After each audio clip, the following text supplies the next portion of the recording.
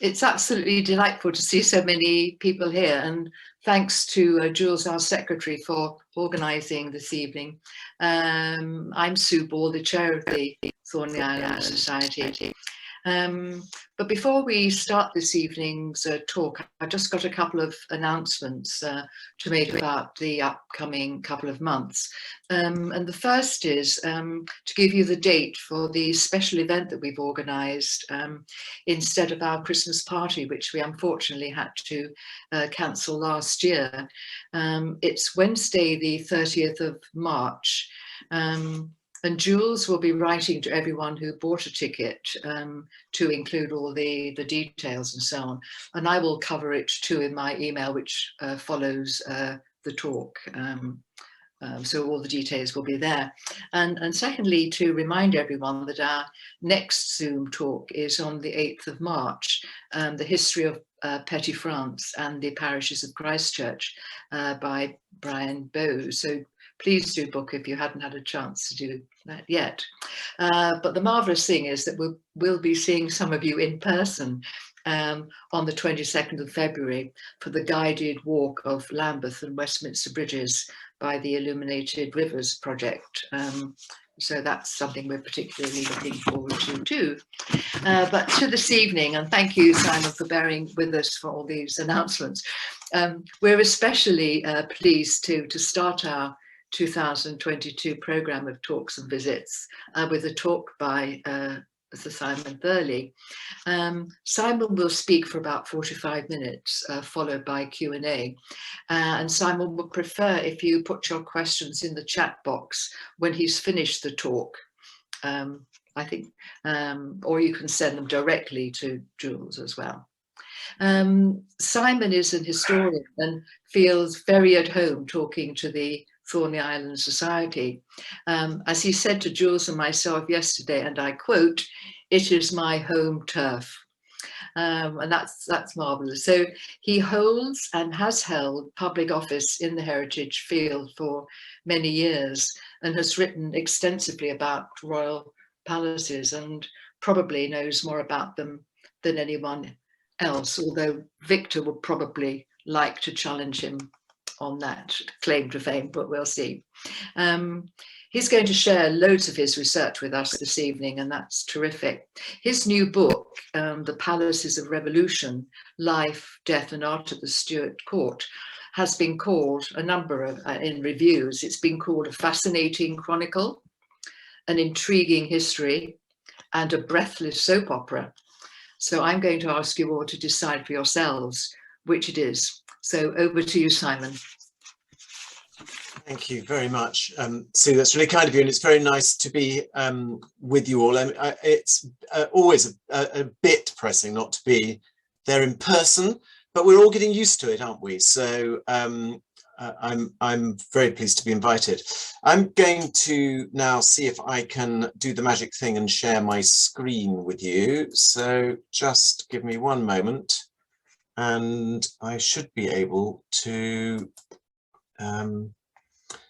What does that look like? Yep, good. I've got the thumbs up from Jules. Excellent. Well, in the autumn of 1649, the crown jewels were taken to the Office of Receipt in the Tower of London. And this is the Hayward and Gascoigne map of the Tower, which you will be familiar with. I don't know, can you see my cursor as I point there, Jules? Yes, you can. So this is where the mint is, around here. And the Office of Receipt was the office where plate was brought in to the jewel house before it was turned into coin. And in the autumn of 1649, this is what was delivered: the crown, sceptre, orb, and the other regalia. The jewels were prized out of the crown, and it was flattened and cut up into small pieces. The orb was also flattened into a disc, and the sceptre cut up into little parts, and they were all squeezed into about 9-inch high clay crucibles, which were taken to the melting house next door, where they were put into a charcoal furnace, heated up to precisely 1064 degrees, which, as you will all know, is the melting point of gold. And there, ladies and gentlemen, the regalia of England, 1,000 years old, were turned into coin to pay the army. That was the central act in a century of revolution. A century that, of course, began in 1603 in Scotland, but it's a story that takes us from Scotland to Denmark, to England, to France, to Holland, to Germany, and back to England again. And it's a century in which the great events are not only played out at Whitehall, our home turf, but in churches, chapels, cathedrals, houses, palaces, castles, prisons, hunting lodges, dockyards, stables, and even dog kennels. And it's a story, maybe a soap opera, we'll see what we think at the end, which begins, of course, with the reign of King James I, a man who was born a king. And from his youth, he knew that he might not only be the King of Scotland, but one day he might be the King of England. Born in 1566, he was, I won't say imprisoned in Stirling Castle, but let's say he was kept very safely in Stirling Castle in the Royal Lodgings, which is this block just here. And it was there that he received his education. And this is my reconstruction plan of those Royal Lodgings. And you can see the way he was brought up in basically 3 rooms: the King's Hall, his outer chamber, and his bedchamber. And between the ages of 0 and 12, these are the rooms in which he lived. But in 1578, at the age of 12, he announces to his guardians that he is now going to take the reins of power himself. And he moves from this fortified castle, this fortified palace, to just outside Edinburgh, to the palace of Holyrood House. And there he sits down to reign, and he sits down to the business of learning how to rule. And part of that process, and a very important part of that, was learning how to manage his cousin, Queen Elizabeth. His cousin, who had a great interest in who he was going to marry. Obviously, Elizabeth doesn't have children, doesn't have an heir. James is the obvious heir. She never acknowledges him as such, but clearly she knows that he's very likely to take the throne, and therefore who he marries is an object of great interest to her.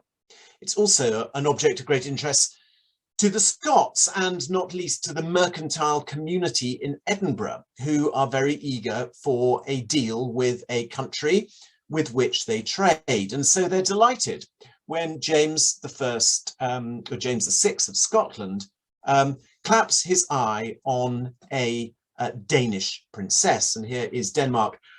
And what we have to remember about Denmark in the 16th century is that it's not a small country that produces bacon and butter. It's actually a massive empire. It covers Norway, most of Sweden, parts of northern Germany, and it's immensely rich. Because as you see, to get your shipping through the straits here into the Baltic, you have to go through these, basically have to go through this sound here, which was an opportunity for the King of Denmark to exact tolls. And what this meant was that actually the King of Denmark was one of the richest monarchs in Europe. So a very good match for James VI, and a very good deal for the Edinburgh merchants, who could get relief from these tolls through a trade alliance. And so here she is, the gorgeous Anna of Denmark. She was only 14 in 1589 when James married her. married her, as was the way in these times, by proxy, and she was then sent on a ship to arrive in Edinburgh. James waited patiently in Leith docks for his wife to arrive, and he waited, and he waited, and he waited. What he didn't realise was that a tremendous storm in the North Sea had battered her back, and she was sheltering in Oslo, actually, and frantic with worry, fearing that she was actually now at the bottom of the sea. He equips two ships and very daringly crosses the North Sea to try and find her. Remarkably, he does find her in Oslo, where they consummate their marriage. But by that stage, it's too late to get back to Scotland. And so they have to return to Anna's childhood home here, which is Cronberg Castle, which you see here. Built, or at least embellished by Anna's father, Frederick II. It is a really magnificent palace. And if any of you have ever been there, you will know how remarkable it is. And of course, it becomes the setting for Shakespeare's play Hamlet. Only one bit survives today. There was a terrible fire in the interiors that destroyed the early 17th century interiors, but this is a chapel that James VI would have worshipped in, and it was a pretty fancy place compared to the very plain, stripped back Presbyterian chapels that he would have been used to in Scotland. Well, this trip to Denmark, which lasted for a couple of months and mainly consisted of heroic bouts of drinking, interspersed with little bits of sightseeing, was the only time that James left Scotland before 1603, when he came into his inheritance. And what we have to remember is that he inherited a huge number of very large, very impressive buildings. In London, you can see down the right-hand side a big list of very spectacular palaces, but then outside London, quite a few also. This was a huge change for him. In Scotland, he'd been used to living in these relatively small houses with, as I showed you before, 2 or 3 rooms. Suddenly inheriting Whitehall with 1,000 rooms was really quite a big change. And to be honest with you, a change that he didn't really like. And as I will go on to explain, he never really warmed to London. He never really warmed to Whitehall, and he really did everything he possibly could to be away from London, out in the saddle, visiting the houses in the countryside. But it wasn't only a shock to James I coming to England, it was a shock to the English, because this was the first time for more than a generation that there was a royal family. Because, of course, Elizabeth I didn't have a family. James not only had 2 sons, he had a number of daughters, and you can see them all here. And they required palaces of their own, households of their own. And London was really transformed by this need to create an environment for all these children. Now, what we have to remember is that when James came to the throne, England was at war. It was at war with Spain and had been for nearly 20 years. And what James was pretty determined to do was to bring peace to England. And he negotiated with the Spanish to bring a big delegation to London, to Somerset House, which you will be familiar with this painting probably. This is the peace treaty that was signed at Somerset House in 1604, which was the one that brought to an end the war with Spain and brought England into finally a state of peace. And you see on this picture here the lead negotiator, Charles Howard, the Earl of Nottingham, who of course was the famous admiral who had defeated the Spanish Armada. Obviously the Spanish didn't feel that the Spanish Armada was defeated, they just felt it got lost in a storm. So when he went to Spain to ratify the treaty, he was leading a delegation of English nobles, the likes of which hadn't really been seen outside England since the Field of the Cloth of Gold in 1520. And Nottingham led this delegation to Valladolid, which was the headquarters of the Spanish monarchy at the time. And this was the first time that the English court had been exposed en masse to European culture since the reign of Henry VIII. And they assembled at the Royal Palace there, which was a large courtyarded palace, a bit like the Tudor palaces in London. And there they ratified this treaty of peace. Well, what the Treaty of London really did was mark a new start in the cultural life of England, because once more England was plugged into currents of fashion in Europe. And of all the people who got enthusiastic about this was Charles I, the future Charles I, Prince of Wales, the King's eldest son.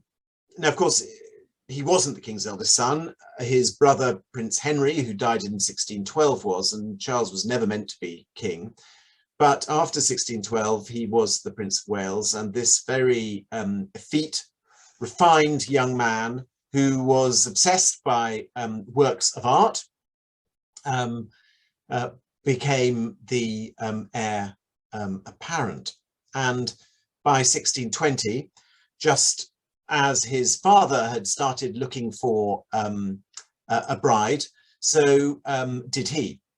And the negotiations began to center on a Spanish princess, Maria Anna, the Infanta of Spain. And it was a tricky negotiation because, of course, the marriage of James I and VI with Anna of Denmark was the marriage of two Protestants. This was potentially the marriage between a Protestant prince and a Roman Catholic princess. And the negotiations were extremely complicated and got bogged down. And the young Prince Charles, filled with romantic notions, decided that he would try and short-circuit the diplomacy and go himself to Madrid and try and win the hand of the Infanta himself. Now, he may, we don't know, he may well have been inspired by the example of his father, who, as I just described, made this sort of perilous journey across the North Sea quite some years earlier. But Charles I, with the soon-to-be Duke of Buckingham, decided to make a trip across Europe by land. It was winter, middle of winter. It was Lent, which is quite problematic in Catholic Europe. And clearly they couldn't be identified as the Prince of Wales and the Duke of Buckingham, so they put on disguises. The Prince of Wales glued on an extremely dodgy false beard. They called themselves Mr. Smith and Mr. Jones very originally, and they got on their horses and they rode 500 miles across France, over the Pyrenees, and arrived in Madrid. There is the Duke of Buckingham, who was one of the 4 people who accompanied the Prince of Wales. And here is where they arrived in Madrid.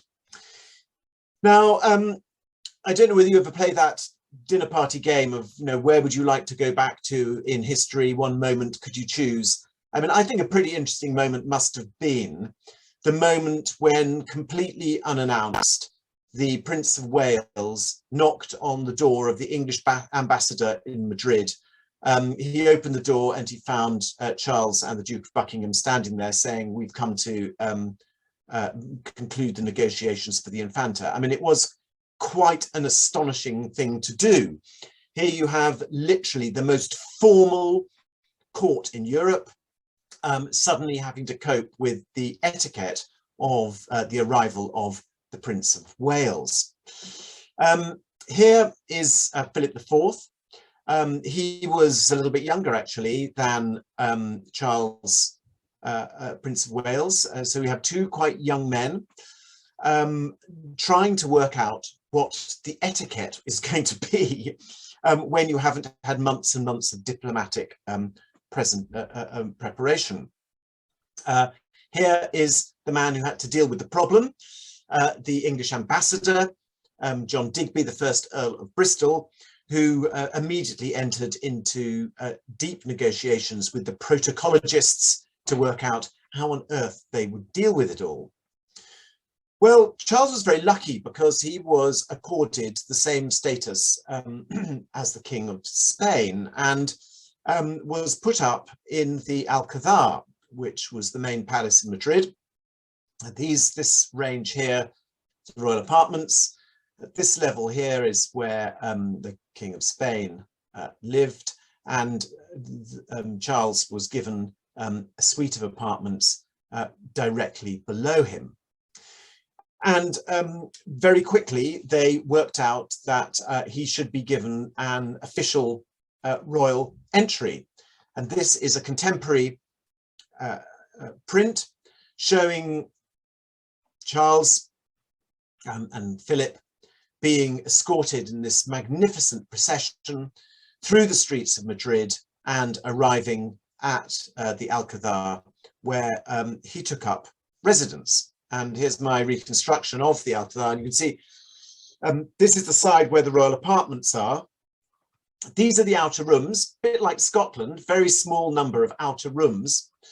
But from this point here, all this zone here is really completely private and dedicated to the private delectation of the king himself. His bedchamber is here.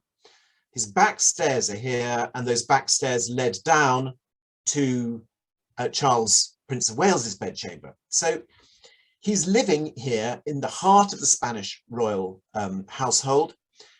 This is no weekend mini break. He's there for over 3 months. So he really gets to know how the Spanish court works. And this is a fundamental moment for him because the Jacobean Court is pretty chaotic. James I is pretty light on rules and regulations. Of course, he has a penchant for male lovers, whether they were just platonic or sexual, who knows, but he was openly happy to kiss and cuddle them in public. A lot of people thought this was monstrous and undignified. And Charles was slightly revolted by it all, but when he came here, he was blown away by the formality, by the dignity, by the order, by the way people followed rules, by the way people dressed soberly, by the way that women and men had a respect for each other in a way that he felt didn't happen in the court in England. And he was also blown away by the magnificence of the religious practices. And at the center of the Alcazar was this big chapel here, where there was magnificent liturgy enacted every day. So during these 3+ months that he was staying in the Spanish court, in England, they were desperately building a Roman Catholic chapel. Because part of the deal with the marriage with the Infanta was a guarantee that she would have her own Roman Catholic church, and a group of Spanish theologians were gathered together to get the specification for it, and this is what was built. Of course, it's still there. It's in St James's. You'll be familiar with it. It was built for this match, but as you all know, it never received the Spanish Infanta. In the end, through the twists and turns of international diplomacy, it was actually to welcome a French princess, Henrietta Maria, who of course became Charles I's wife, and came to England and took control of the... I think we've got a microphone open there, which would be great if we could just close that. Thanks very much. Thanks, James. Very good. So Henrietta Maria is really the great builder. We imagine that Charles I in some way is a great sort of patron of arts. Well, he was. He loved painting. He didn't actually build anything. Henrietta Maria certainly did, and you can see between the legs of her horse here one of her big achievements, which was the beginning of the Queen's House in Greenwich. And this painting here by a Dutch painter, Jan van Belkamp, I think is one of a number of paintings I'm going to show you now that actually captures the essence of Charles I's court. Here is Charles I, here is Henrietta Maria with one of their children. Here you can see Inigo Jones, actually, and he is with a very small group of artists and patrons here on the hill in Greenwich, looking down over Tudor Greenwich Palace and the Queen's House, which is just being constructed here. And what this painting captures is the contrast with James I's court. Here you have a court of a very small elite, people who are highly educated, highly refined, interested in art and architecture, completely detached from the interests and views of the general population, enjoying themselves in this walled park in privacy. And you can sort of see from this painting, painted just a few years after his accession, I think you can get this effete monarch, beautifully dressed in the most expensive, exquisite jerkin here, looking at a manuscript.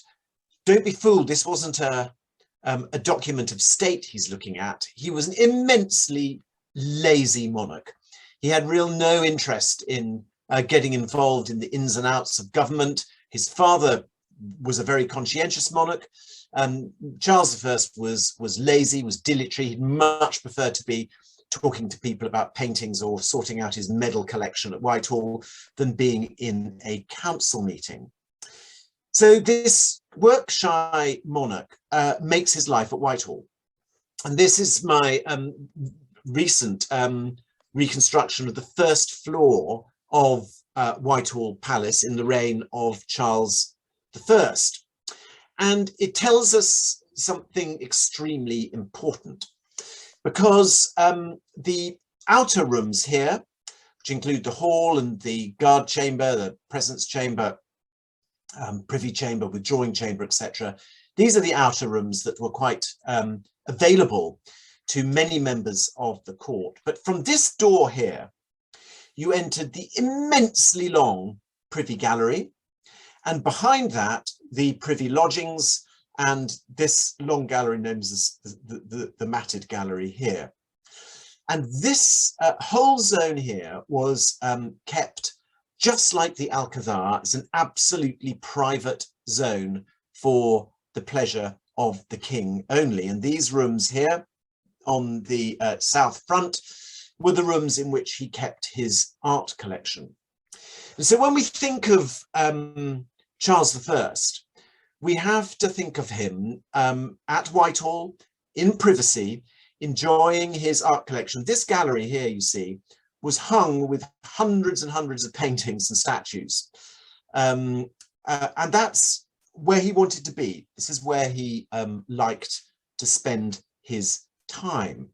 There were, of course, moments when he was seen by the public, and this painting here shows Charles and Henrietta Maria dining in public at Whitehall. Now, the interior, you see, is fictive, but the scene is absolutely not, and is very, very accurate indeed. And in the President's Chamber at Whitehall, I'll just go back. So in this room here, he would have sat at a table exactly like this, and every single person in this painting you can identify. These are real people, and the black suited carvers and sewers, butlers here, taking drink from the buffet, bring them to the table. Here you have other members of the court who are bringing dishes to the table. You have the king's chaplain, his chamberlain, standing round the table as the king and the queen dine in public. And this was one of the few moments, really, when Charles and Henrietta Maria were seen in public in a very formalized setting. The other moment that people really saw them was when they put on court entertainments, and both of them were mad keen on masks, some of which initially were put on in the banqueting house, but later were put on in a specially built masking house which stood next door to the banqueting house. And this painting here, which hangs at Hampton Court today, it's absolutely gigantic painting. Probably was a shutter or like a sort of kind of safety curtain that was put down in front of the audience before a masque was performed. So it's actually a bit of mask scenery. It's painted by Honthorst. And what it shows is it shows Charles I as Apollo, Henrietta Maria as Diana, the Duke of Buckingham leading to him the seven liberal arts. And what it really expresses is the way that Charles and Henrietta Maria saw themselves as patrons of art and architecture. This was the world in which they lived. And of course, it was a world that ended in disaster, because Charles's love of finery, magnificence, and particularly his love of the elaboration of religion led him into conflict with Parliament, to the Civil War, and ultimately to his execution on the scaffold outside the banqueting house.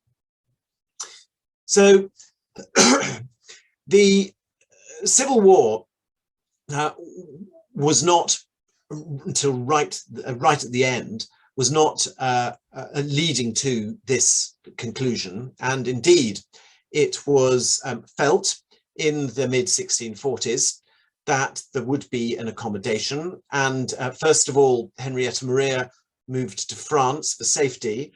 And when the Civil War got really quite difficult for the Royalists, Charles decided also to send Charles, Prince of Wales, the future Charles II, abroad too.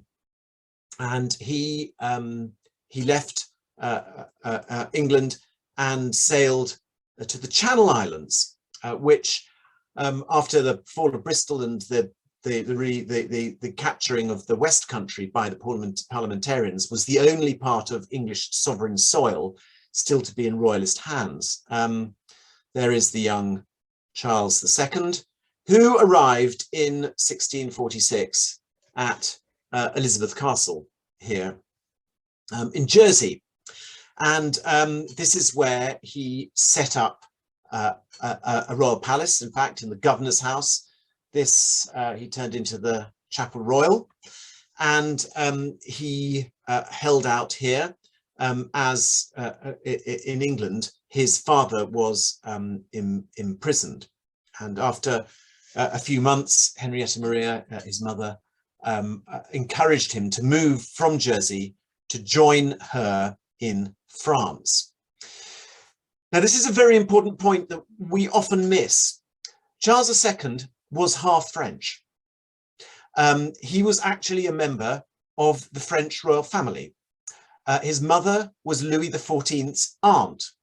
And when she arrived in Paris in 1644 with a couple of ships full of furniture and tapestries and the crown jewels, she was assigned rooms at the Louvre. And here you see Paris just very slightly later than that. Here is the Louvre, here is the Grand Gallery, here's the Tuileries Gardens. And Henrietta Maria was assigned rooms in this corner here. In fact, she was given 30 rooms. This is that corner. She was given this set of apartments here. And she was given an allowance, and she actually held court there. Louis XIV, a very, very young king, and she was born in the Louvre, so she's very familiar with the place. She just kind of assumed a place in the royal family. And so when Charles II comes from Jersey, he is entering the French royal family. And after the execution of his father, he is a monarch staying as a guest of the French king. And they move out of the Louvre and they are assigned the Palais Royal.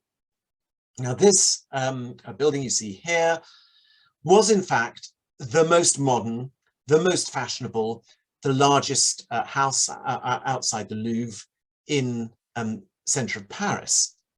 And Charles, now king, adopts French royal etiquette and holds court in this magnificent building. And this is my reconstructed plan of the first floor.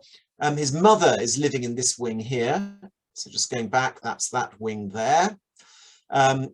Sorry. And this side here, which is these rooms here, were the rooms in which Charles himself lived. And so he had some public rooms here, a great public bedchamber and a gallery. And then he had a private suite up here. And it was in France that Charles II really had his tastes refined. His tastes in opera, music, in theatre, his taste in women, in sex, his taste in art, in architecture, in furniture. And so when he returns to England in 1660, the rooms that you see here, these are some drawings by Jacques Lemercier. You can see the sort of interior decoration in the Palais Royal. This is what he has in his head. And here he is being crowned in Westminster Abbey after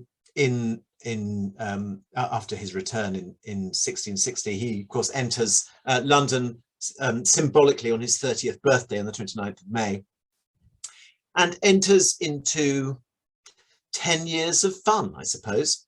The 1660s were tremendous for him. He doesn't get very involved in patronage or building. He modifies Whitehall. He brings in some French fashions. He introduces a French royal bedchamber, which he enjoys at Whitehall. We have to sort of skate over the minor fact that London burns down in 1666 and half the population is killed in 1665, because actually Charles, has a pretty successful reign, apart from these two obviously utterly catastrophic events. The problems begin in the 1670s, because what happens is that his brother, the Duke of York, announces that he is a Roman Catholic. And this is pretty catastrophic, really, for Charles, because the whole Restoration is based on the fact that he was an Anglican, that he's a Protestant. and everybody had hoped and believed that his marriage to Catherine of Braganza would produce some nice, healthy Protestant heirs who could inherit the throne. But Catherine of Braganza sadly was unable to have children for whatever reason, and therefore the Duke of York, the king's brother, was the heir apparent. And for Parliament, this was a horrific prospect. You've got to remember that only a decade before, England was governed by a radically Protestant republic, and large number of people in Parliament were really more or less prepared to go to civil war again to stop a Roman Catholic coming to the throne. And 3 times Parliament met to try and pass a bill to exclude James from the succession. And each time Parliament met, there was chaos in London. I mean, Westminster was turned into a series of riots and bonfires. Bricks were thrown through the windows of Somerset House and Whitehall. You can see here one of the solemn mock processions where they took effigies of the Pope and burnt them this is in Fleet Street, this particular one, but it happened in Westminster also. And these riots really shook Charles II. I mean, they were really serious a threat, actually. And he decided that he couldn't really afford to base the court in Whitehall any longer. And very dramatically, he resolves to move the centre of the monarchy out of Westminster to Windsor Castle. Now, of course, Windsor has a lot of advantages. It's not in a centre of population, so all these riots and things, and the crowds that chanted outside Whitehall Palace, you know, we're going to burn the palace down, which is what they were saying, you know, couldn't get near Windsor. Windsor anyway was this massive fortified castle. And so what Charles does is he spends a huge amount of money rebuilding it. And this block here, you see, is the block that he rebuilds and creates the most spectacular suite of royal lodgings built in England since the time of probably Edward III.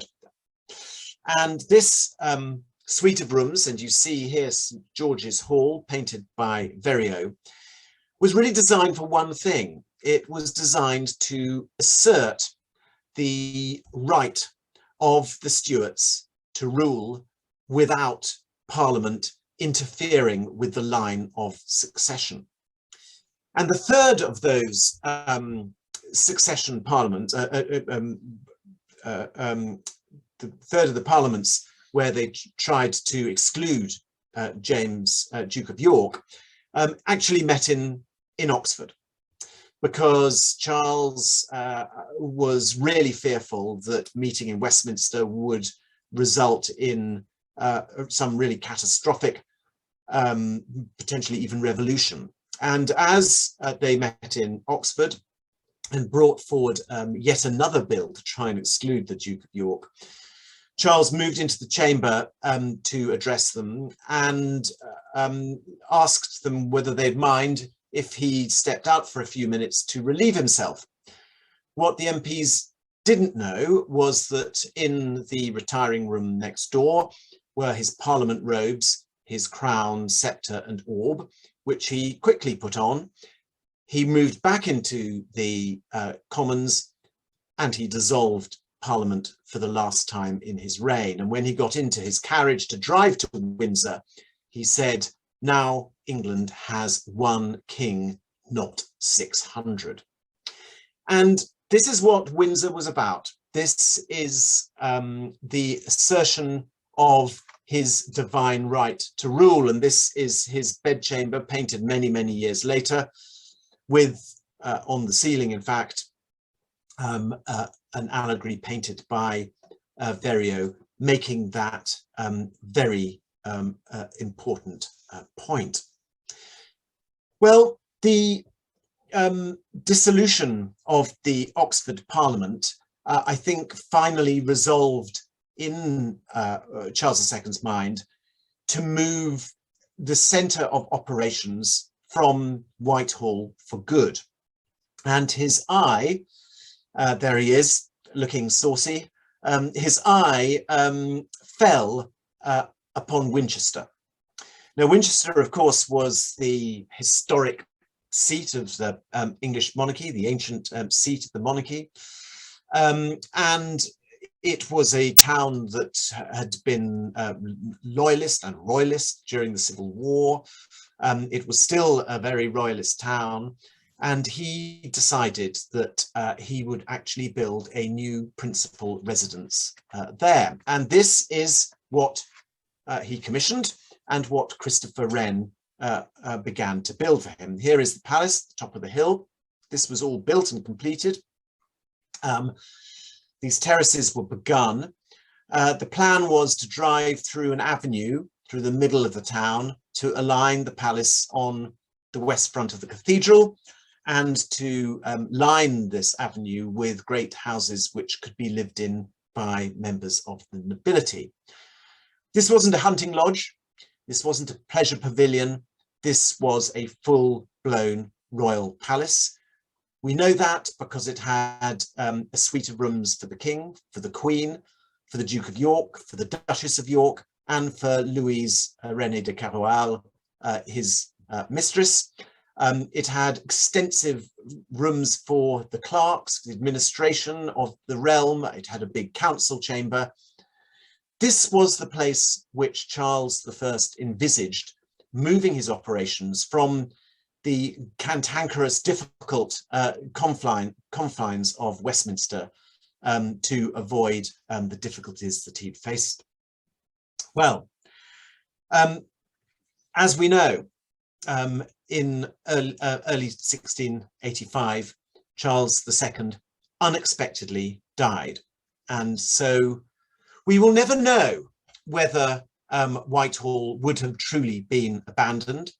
We will never know whether the king really would have tried to move the court from the capital city and create a new capital. And subsequent monarchs, for various reasons, decided not to pursue his dream. But what I hope I've tried to illustrate this evening by maybe introducing you to some new buildings and some new ideas is the way that if we want to understand the 17th century, we want to understand Westminster and Whitehall, we have to take quite a big picture, and we have to look at the monarchs, their preferences, and the things that influenced them, the journeys they made abroad, the places they saw, the people they met, and the influences they were exposed to. And if you want to find out more about it, there is an excellent book I can recommend in all good bookshops, which you very kindly already introduced to, which is my latest book, Palaces of Revolution, which gives you the full story. So thank you very much. Oh, that's marvellous, Simon. I clearly think that I need to upscale my own rather small flat here next to Westminster Cathedral. And one of the rooms that I'd rather like to have myself is the Gallery of Illustrious Men, which I took particular note of. But I think it's marvellous to actually see the range of the public and private life of the royal court, the influences from their experience in Europe too. I know that Jules has got some questions, and I will open up the floor. But can I ask you that the dinner party question then is: do you have a favourite palace, either because of its interiors or maybe the bouts of drinking that might have gone on as it did in Denmark? Yes, well, undoubtedly, if I was allowed to go back at any time, I would want to go back to Whitehall. There's no question about it at all. I spent a huge part of my life trying to work out how it was and what his plan was, and to reconstruct it. And I'd really want to find out whether I got it right or not. It was, it was a really extraordinary place. And I think in the Stuart period, and particularly in the reigns of Charles I and Charles II, where neither of those monarchs were interested in the countryside in the same way as James I or Elizabeth had been. Whitehall was absolutely the centre of their world. So between sort of 1625 and sort of 1685, really 1688, I suppose, Whitehall is really the centre of the world, and everything important that happened there. And trying to understand that building and how it worked and how it was laid out is really fundamental to having any understanding really of English history and what happened and why. Thank you. Jules, have you got some questions coming in the chat, and then we'll ask? Yes, absolutely. From Marie, did any of the Spanish influence from the Infanta episode survive the marriage and French influence of Henrietta Maria? What were the politics behind the switch of brides, if you have time to explain that? Yeah, well, I think absolutely that visit to Spain is absolutely pivotal in Charles I's life and his world picture, because what he learns there is how to manage a dignified court. And he not only picks up court etiquette when he briefly returns, so when he returns, he briefly adopts Spanish court dress, and there are a number of portraits of him wearing this very black, sort of sober, dignified Spanish dress. So he is hugely influenced by that. He's hugely influenced by the art collections there. He becomes obsessed by Titian and by Venetian painting. It's his first exposure to it. The Habsburgs have a huge number of Titians, and in fact, he's even given a couple as sort of going home presents. It's all exactly what you want at the end of a dinner party or a nice weekend, isn't it? To be given a large Titian. And he returns to England profoundly influenced by what he's experienced. But it was never popular with the English. I mean, neither with Parliament or with the populace of London. This notion of a Spanish match was really quite unacceptable. And when he and Buckingham returned, there was joy in the streets, the ringing of bells, lighting of bonfires, because the Spanish match had failed. And negotiations started in a matter of, I mean, it wasn't quite days, but in a matter of months with the French for the French marriage. And of course, the whole point about royal marriages, as with the James VI marriage with Anna of Denmark, it's all about international politics, alliances, and trade. And as the tables of alliances turned in Europe, so England moved from focusing towards Spain towards France, and we acquired our French Queen Consort. Super, thank you. Victor asks, what happened to the poets, mistresses, etc., when Charles left Whitehall? The poets' mistresses? The poets and mistresses. Oh, I see. Well, they all went with him. I mean, it's the answer. I mean, Charles II is really remarkable. The way his, he's the sort of lesson in managing an extended family. I mean, the way apart from Barbara Castlemaine, who is a monstrous old bag and goes off to France. I mean, he manages to hold this together, this extraordinary world of mistresses and children, and a wife who, I mean, must have been bruised and hurt by the whole thing, but was, absolutely willing to rub shoulders with these, with the mistresses. And when we look at Winchester, Louise has a massive apartment. and it no doubt would have been furnished as magnificently as her Whitehall apartment was. And Pepys and others who visit her apartment at Whitehall comment on, you know, the silver furniture and the damasks and the tapestries, and everyone's blown away by it. So the answer to the question is they went with him. Okay, super. That sort of brings me on to Anthony's question. Thank you for the marvellous talk, far too short. What happened to the structures in Winchester? Is anything left? Well, Winchester is really quite remarkable because it was finished, it was roofed, the glazing was put in, and if Charles hadn't died, unquestionably, you know, he would have moved in there. James II's reign was way too short. He was totally focused on Whitehall. He was building his massive Roman Catholic church on King Street, which major part of his downfall.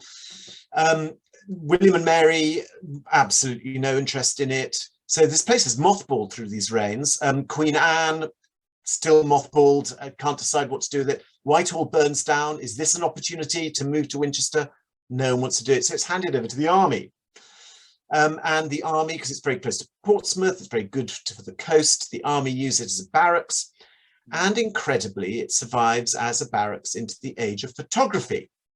And there are photographs of the palace which survive with troops marching up and down in front of it. And in the late Victorian period, there's a fire and it burns.